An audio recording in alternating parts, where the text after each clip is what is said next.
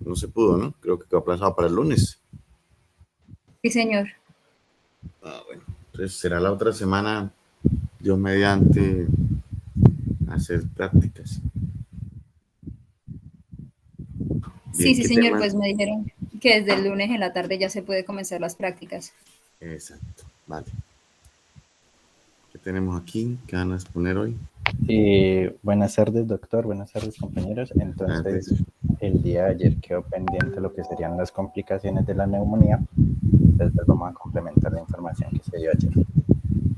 Entonces, tengamos en cuenta que no es infrecuente en la neumonía que ocurra necrosis del parénquima pulmonar cuando las enzimas líticas secretadas por los patógenos que están infectando como tal o por las células mismas del proceso inflamatorio ocasionen esta destrucción del parénquima.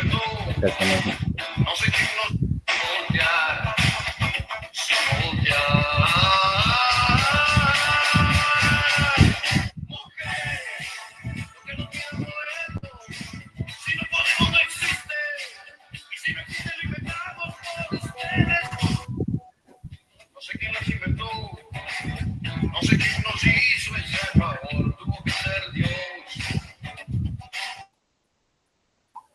Ok.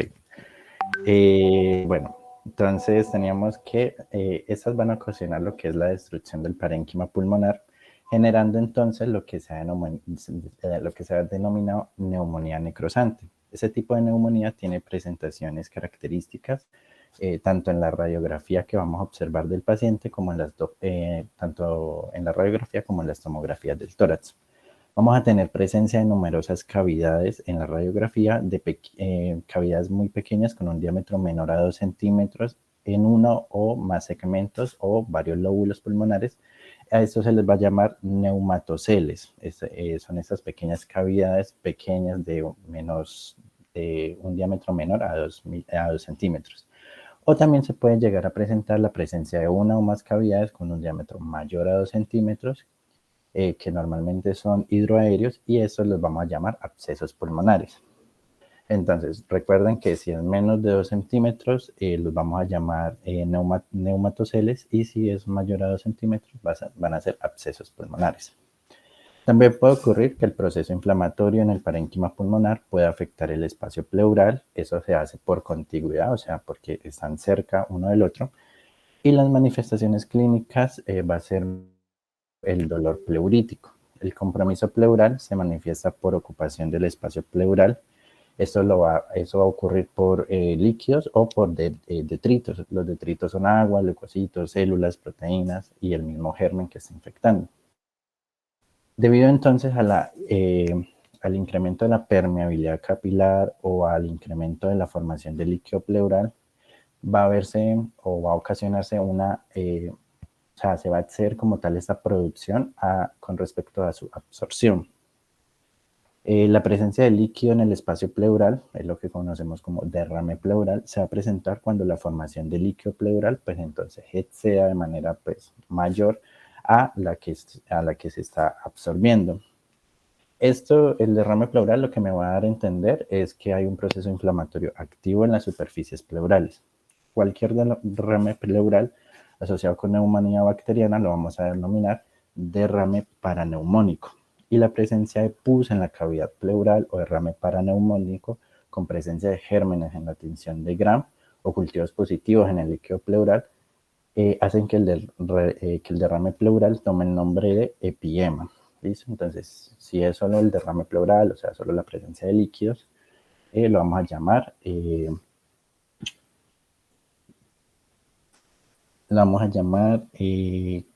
derrame pleural paraneumónico. Y si hay presencia como tal de pus, entonces va a ser el empiema. Bueno, entonces tengamos en cuenta que las complicaciones de la neumonía se van a presentar cuando la infección no se está limitando solo al parénquima pulmonar. Recordemos que la neumonía hace parte de unos síndromes.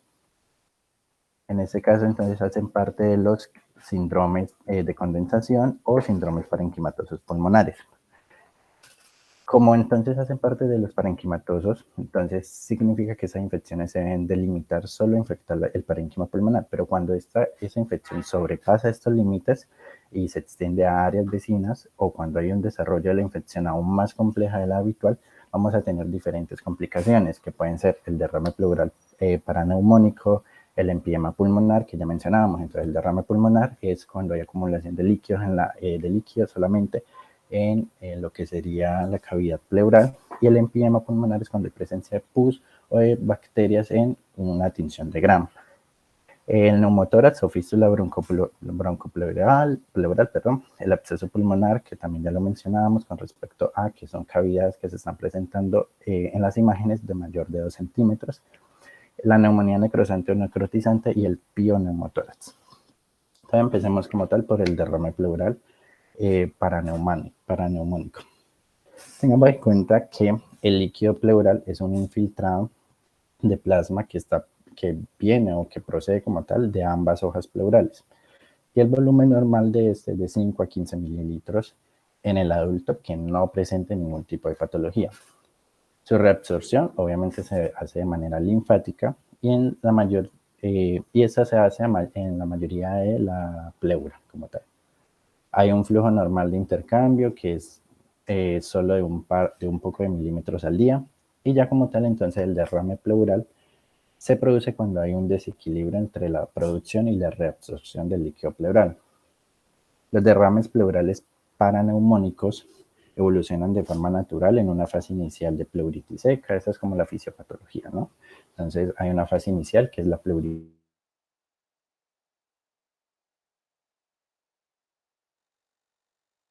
Fase exudativa, que es cuando va a empezar a haber exceso de líquidos, exceso de secundaria a la inflamación. Posterior a esto, va a evolucionar hacia una fase fibropurulenta y una fase organizativa, donde los fibroblastos van a crecer en el exudado a partir de las superficies pleurales, parietales y viscerales, y esos van a transformar la fibrina en un tejido grueso y no elástico. La presentación clínica de un paciente con derrame pleural paraneumónico por gémenes aerobios es la misma que la de los pacientes que presentan una neumonía bacteriana sin derrame. O sea, vamos a tener una clínica en ambos pacientes muy similar o casi que igual, en la cual se va a presentar fiebre, taquipnea, dolor torácico, expectoración y leucocitosis. Aunque parece que la existencia del dolor pleurítico es algo superior en caso de derrame, o sea, cuando hay como tal un derrame es cuando va a presentarse el dolor pleurítico y va a ser, digamos que un síntoma característico, un síntoma que nos va a ayudar en lo que sería el diagnóstico diferencial con respecto a una neumonía bacteriana sin derrame a una que está presentando un derrame pleural paraneumónico. También conviene recordar que es más probable que una neumonía tenga un derrame pleural asociado cuando mayor haya sido la duración previa de los síntomas. Mientras más tiempo hayan pasado, mayor es la probabilidad de que el paciente ya presente un derrame pleural paraneumónico. Otra cosa importante con respecto ya a los derrames pleurales es que si la cantidad de líquido que se está acumulando en la cavidad pleural es mucha o es una cantidad muy importante, pueden aparecer otros síntomas ya más propios como tal del derrame pleural, que son la disnea de esfuerzo o de reposo y signos de dificultad respiratoria como los tirajes, etc. Las infecciones bacterianas anaerobias son poco frecuentes, pero tienen una característica especial. En este caso, la mayoría de los niños afectados cursan también con infecciones periodonotales, problemas neurológicos o disfagia, que también nos sirven estos síntomas como un diagnóstico como síntomas que nos van a ayudar a hacer un diagnóstico diferencial con respecto a una infección bacteriana normal hacia una que ya se está escalando hacia un derrame pleural paraneumónico. En el diagnóstico, en el diagnóstico tenemos que, primero que nada, siempre el paciente debe entrar en una sospecha clínica, o sea, el médico ya debe tener una sospecha clínica de que el paciente está presentando un derrame pleural paraneumónico. Y se debe incluir en la exploración el hemograma, la bioquímica sanguínea, un hemocultivo, también pruebas para detección de antígeno polisacárido capsular de Streptococcus pneumoniae y las técnicas de imagen, que son de las más típicas. También existe la toracocentesis, pero este se hace como un proceso ya diagnóstico en vez de un proceso terapéutico. y está cuestionada, pero sigue siendo indicada como tal en los derrames pleurales paraneumónicos, con el fin de intentar encontrar como tal el agente etiológico, el agente etiológico que está causando como tal la neumonía o el derrame pleural paraneumónico. En la radiografía que se observa ahí en la imagen, vemos una radiografía de tórax de una niña de 3 años. Hay presencia de una condensación lobar en lóbulo superior derecho con derrame paraneumónico del mismo lado. No es masivo y mejoró con antibioterapia sin toracocentesis. En el tratamiento, entonces, tenemos que diferenciar primero que nada los diferentes tipos o las diferentes clasificaciones en el derrame paraneumónico. Entonces, eso, como les mencionaba ahorita, está también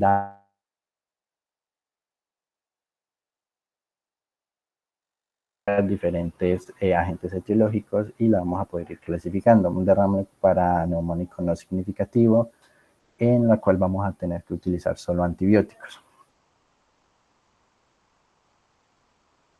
Son antibióticos. En el complicado a leve se utiliza antibióticos más la toracocentesis seriada. En la complicada simple, antibióticos más drenaje pleural. En el derrame complicado complejo, antibióticos más drenaje pleural, más medicamentos fibrinolíticos. El empiema no complicado, que es cuando ya hay presencia como tal de pus en la cavidad pleural, se va a utilizar antibióticos más drenaje pleural, y cuando ya es un empiema complicado, entonces vamos a tener antibióticos, drenaje pleural, fibrinolíticos, y se suele requerir toracoscopía o decorticación.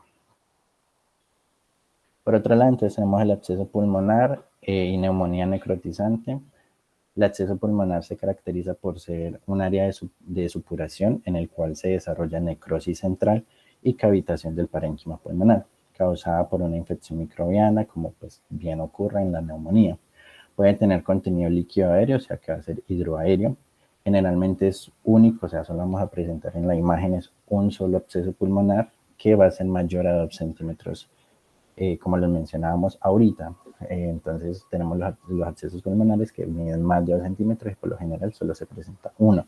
Este va a estar rodeado por una pared gruesa de tejido inflamatorio que capta medio de contraste en la tomografía computarizada de tórax. Típicamente no hay evidencia de necrosis en el tejido pulmonar adyacente y puede estar comunicado o no con las vías respiratorias.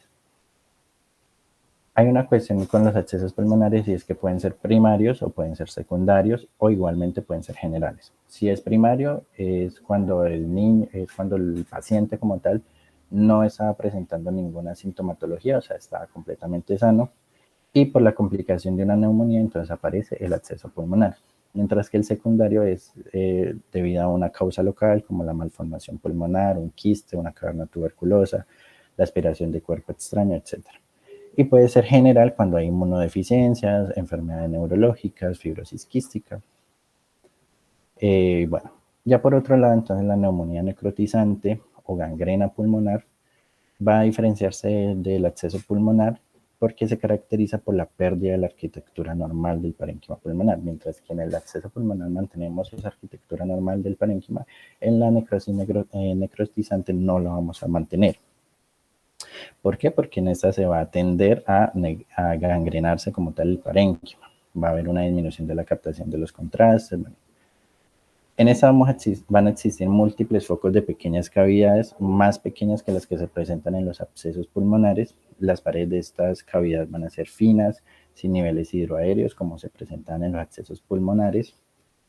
Y la existencia como tal de neumonía necrotizante aumenta el riesgo de desarrollar una fístula broncopleural. La gangrena pulmonar ocurre como una complicación ya, digamos que esas son complicaciones de la neumonía, pero posterior a la neumonía necrotizante puede aparecer la gangrena pulmonar. Y esto va a ocurrir porque va a haber o va a existir como tal una obstrucción bronquial y de la misma circulación. Entonces esto va a tener tendencia a la licuefacción del tejido pulmonar con presencia de necrosis pulmonar. Esto ya sería como tal un paso mucho más allá o mucho más avanzado hacia lo que sería la destrucción parenquimatosa.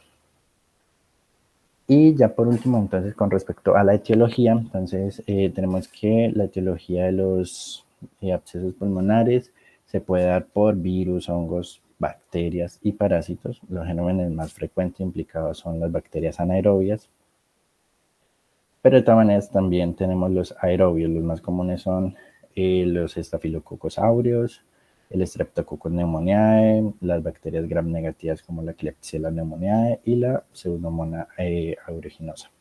En la clínica tenemos que tener en cuenta o sospechar las complicaciones de la neumonía adquirida en la comunidad ante una neumonía lobar con evolución clínica y radiología desfavorable. O sea, si tenemos que realmente esa neumonía no está evolucionando de la manera correcta y en la radiografía seguimos manteniendo ciertas, por ejemplo, las mismas cavidades de los abscesos o la neumonía necrotizante, entonces debemos de tener en cuenta la clínica que está presentando el paciente. La mayoría de pacientes presenta fiebre en un 96% y en un 84% presentan tos persistente. Esta puede ser a veces productiva. A diferencia del derrame pleural que hablábamos ahora, esta puede o no tener dolor pleurítico, no, y bueno, ya. Y ya con respecto al diagnóstico, entonces primero tener en cuenta la sospecha clínica. Algunos de los pacientes van a presentar un soplo cavitario. En el hemograma vamos a presentar leucocitosis con neutrofilia, una leucocitosis mayor a 18.000. Y esos pacientes pueden llegar a presentar anemia e hipoalbuminemia.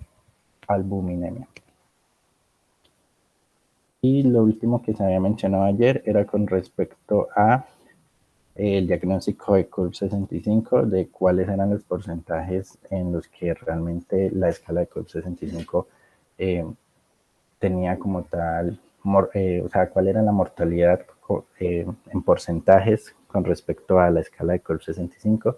Entonces, tenemos que el 0.6% de las personas que se les da una puntuación de 0 mueren.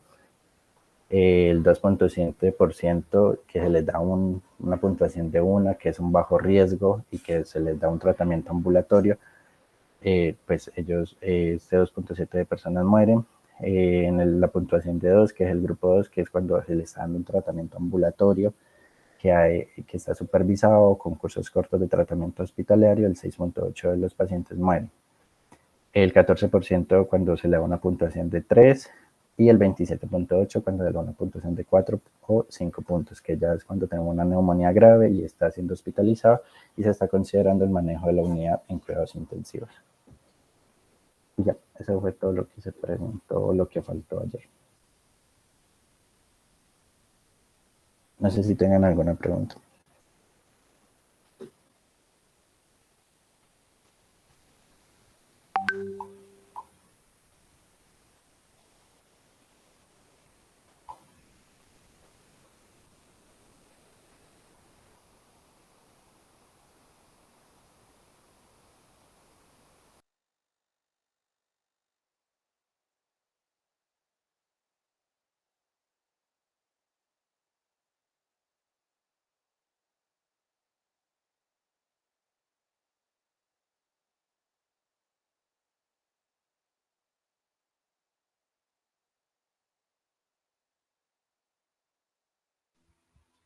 ¿Alguien va a preguntar? ¿Alguien tiene alguna duda?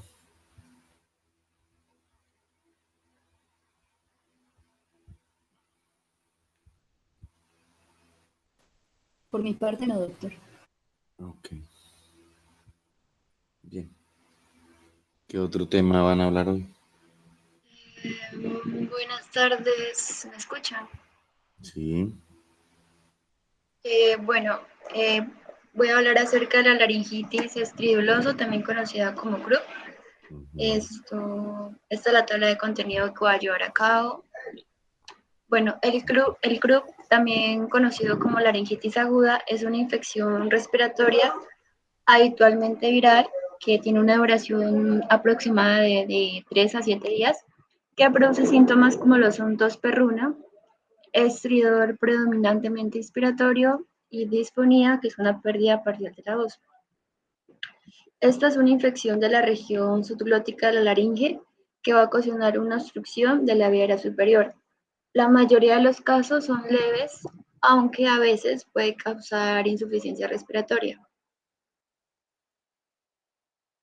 Con respecto a la epidemiología, la edad más frecuente es de los 6 meses a los 5 años, con una mayor incidencia a los 2 años de edad.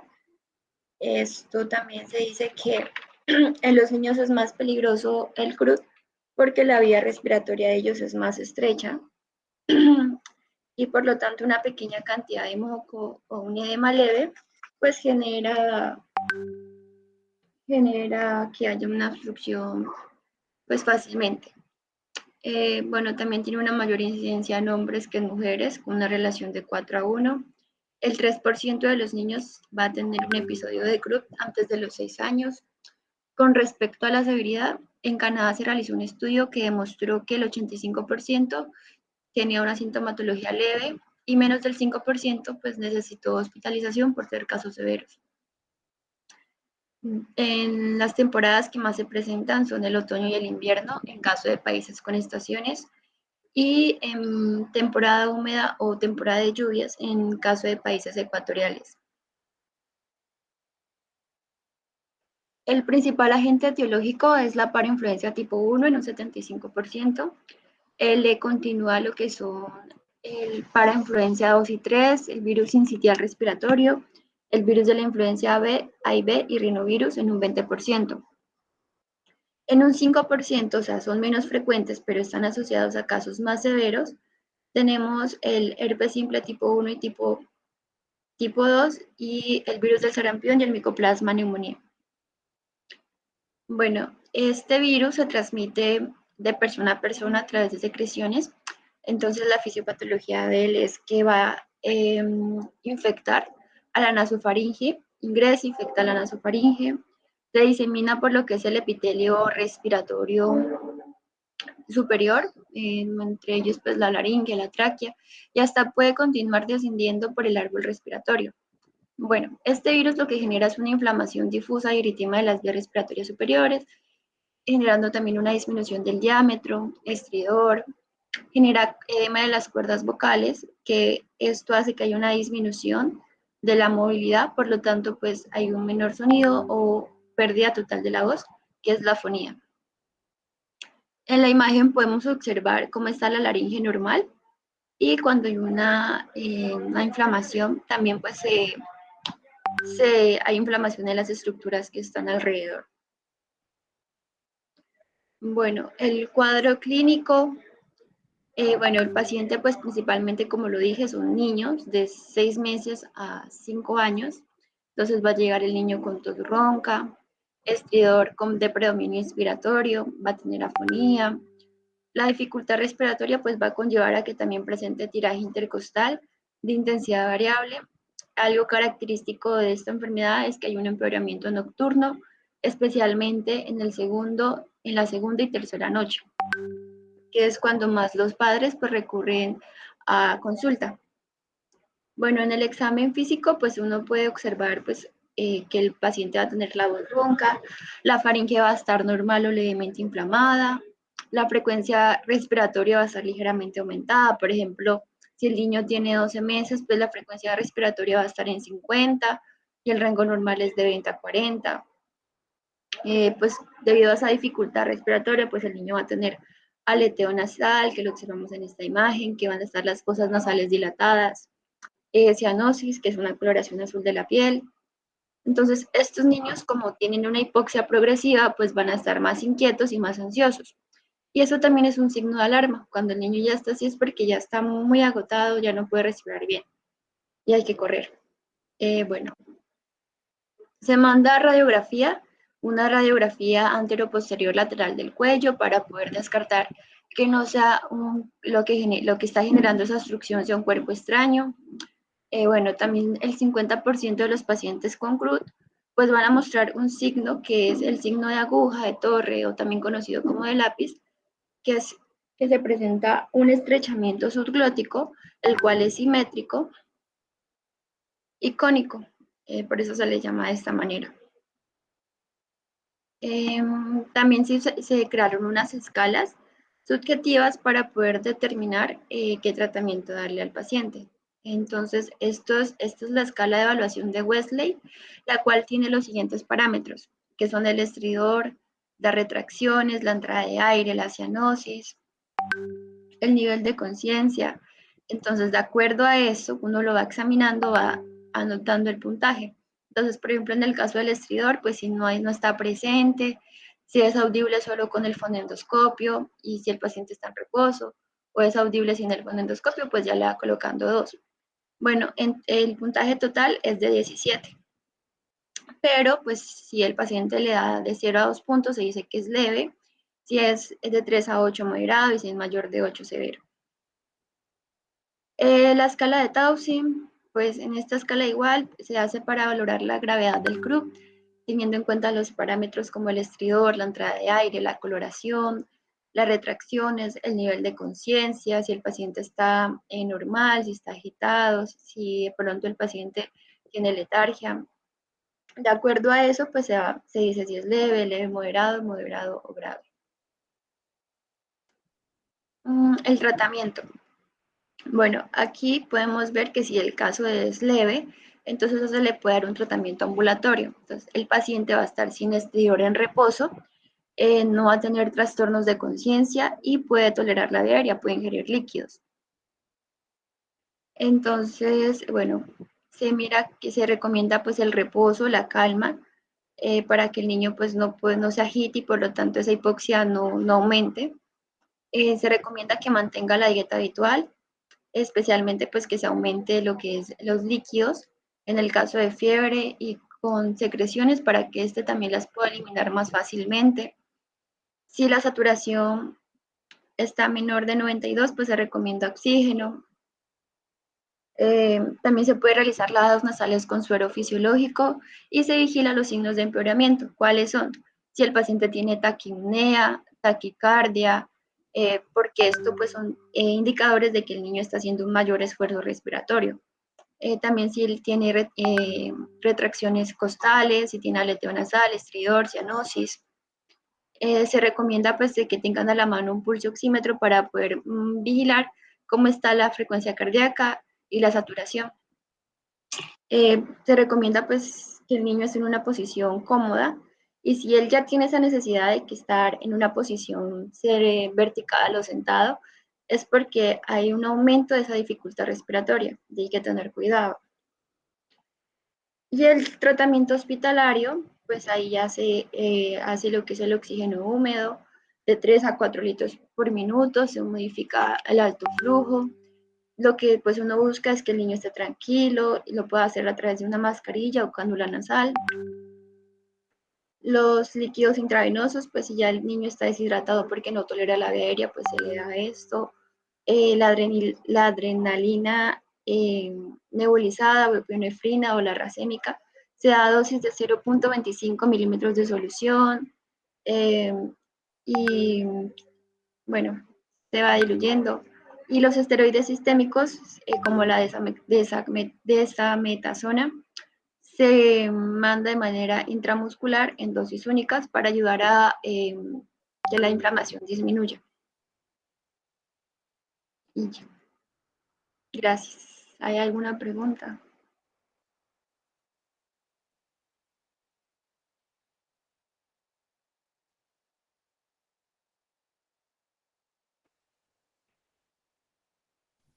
¿Puedes, por favor, poner la diapositiva anterior?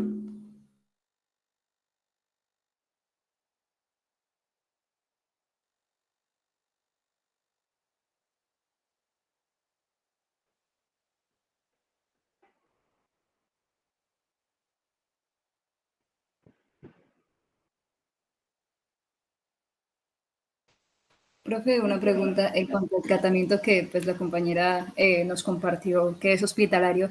¿Qué tan utilizados son esos parámetros que se pusieron pues en la diapositiva?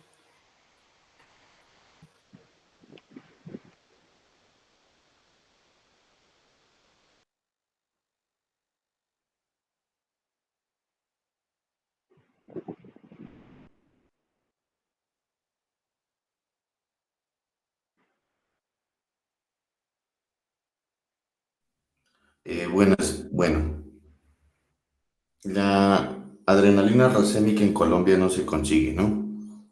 Se utiliza la adrenalina normal, la epinefrina normal.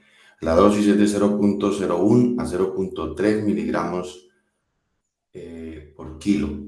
A veces se pueden, pero obviamente a veces con una sola ampollita es suficiente para un paciente, ¿no? Los pacientes van a poner taquicárdicos, algunos se pueden poner pálidos, se pueden poner ansiosos, entonces uno le suspende la nebulización porque es en sí una nebulización. La epinefrina se disuelve en solución salina y se pone a nebulizar. Ahí dice que cada 3 horas, pero no, es cada 30 minutos. Uno utiliza un corticoide de acción rápida y un corticoide de acción lenta. ¿Sí? Corticoide de acción rápida sería hidrocortisona. La dosis es de 1 a 2 miligramos por kilo en bolo y luego se le puede decir que se le administra también un corticoide de acción lenta de larga duración como la dexametasona. ¿Listo? Profe, pero ¿siempre va a ser primero colocar uno de acción rápida y después uno de acción lenta o depende de cómo responde el paciente? Depende también de la clasificación. Por ejemplo, si es un CRUD moderado, es mejor uno empezar. Recuerden que todos estos procesos tienden a evolucionar en su grado de obstrucción. Entonces es mejor como atacar un poquitico más agresivo, siempre un poquitico más allá para obtener un mejor resultado, ¿sí? Incluso en un paciente que se está nebulizando, el paciente puede seguir realizando su proceso obstructivo y terminar en un CRUD severo y terminar en una intubación.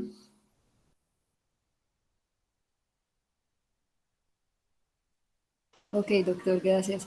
¿Y el diagnóstico del CRUB es totalmente clínico?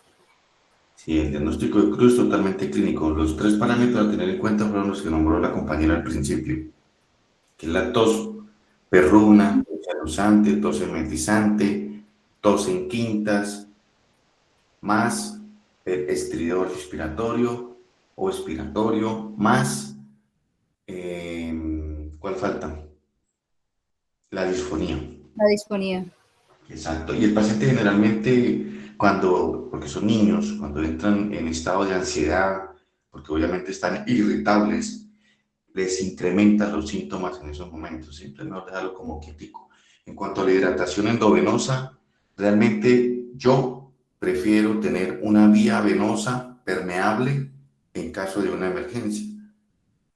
Uno. Y segundo, para garantizar una buena hidratación del paciente. Realmente estos pacientes en estos estados rechazan la vía oral, ¿sí? Incluso se debe suspender la vía oral dependiendo de la frecuencia respiratoria del paciente y el grado de dificultad respiratoria que presenta el paciente. Eso quiere decir que si el paciente tiene un CRUB moderado o severo, es preferible decirle suspéndale la vía oral, le mantenemos unos líquidos endovenosos, de acuerdo, como manejándolo como una deshidratación grado 1, ¿sí? Se le puede dar un antiemético también. Y bueno, y la importancia del uso de los corticoides. ¿Listo? ¿Cuánto es la dosis de dexametasona? La dosis de hidrocortisona es de 1 a 2 miligramos por kilo en bol. Y para el día, para mantenimiento, porque estos pacientes generalmente, dependiendo de la clasificación, se dejan en observación cierto grado de horas, se administra después entre 2 y 10 miligramos por kilo día, dividido en 3 o 4 dosis de hidrocortisona, ¿no? La dexametasona, ¿cuál es la dosis? 0.6 miligramos por kilo. ¿Cómo? Repítame. 0.6 miligramos por kilogramo intramuscular. Dosis única. Pero recuerden que los dosis de medicamentos nunca son, siempre se utilizan, son rangos, ¿sí? Entonces la dosis de dexametasona es de 0.1 a 0.6 miligramos por kilo. ¿Listo? ¿A cuánto tiempo se espera el efecto o la acción de la A dexametasona? los 30 minutos, creo. ¿Y la duración máxima? 24, 38 horas. Exacto. Con una vida media de 6 a 8 horas, con el pico más alto, el pico máximo está entre 6 a 8 o hasta 12 horas. Y la duración total del medicamento hasta 36 horas, ¿no? Ujú. Listo. ¿Alguna pregunta?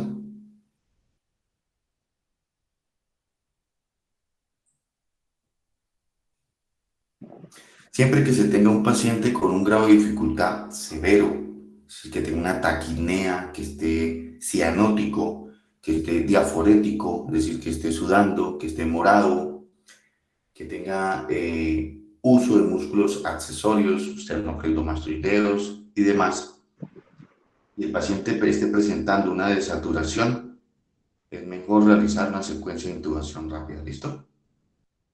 ¿Por Listo. qué? Porque hay que garantizar la permeabilidad de la vía aérea. Si el paciente llega a presentar un episodio emético o hace una falla respiratoria, pues entra en paro cardíaco.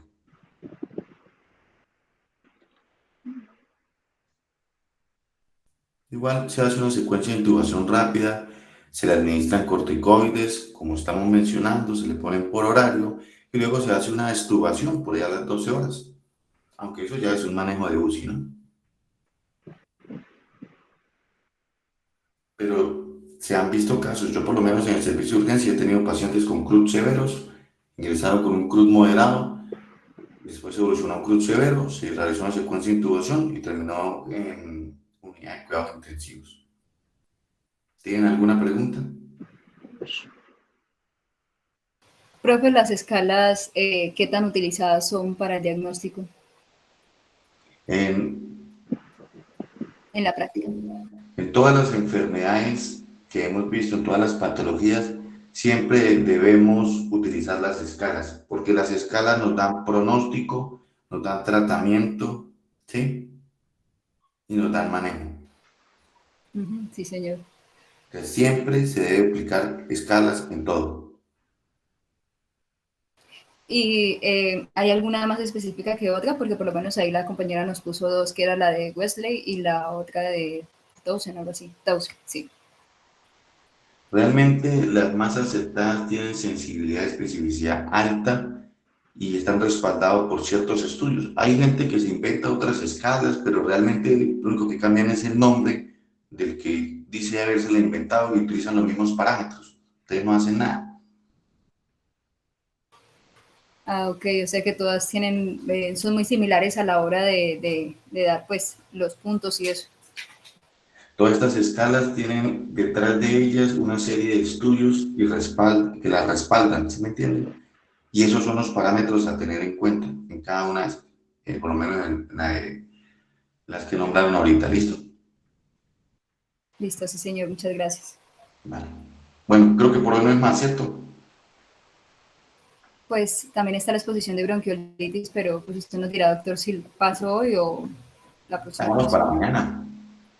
Listo, doctor. ¿Esto a qué hora sería la clase el día de mañana? Yo creo que al mediodía. Ojalá temprano, Listo. antes del almuerzo. Ah, bueno, entonces pues tipo 10 de la mañana estaría bien o antes. Sí, sí, sí. Es que a esa hora tenemos una clase, no me acuerdo, se llama Bioética, sí, de 10 bioética, a sí. 12. Sí, sería después de las 12 o antes de las 10, es cierto. Bueno, a las 12 entonces que sea, o a lo mejor antes de las 10, yo diría que a las 9, igual es un poquito. Ah, bueno, señor, sí. Entonces, pues yo le escribo entre las 8 y 9 de la mañana y pues Listo, envío el link para que se conecten todos. listo, muchachos. Bueno, que estén muy bien. Chao, chao. Gracias. Chao, Gracias. doctor. Está muy bien. Gracias. Muchachos, no se vayan.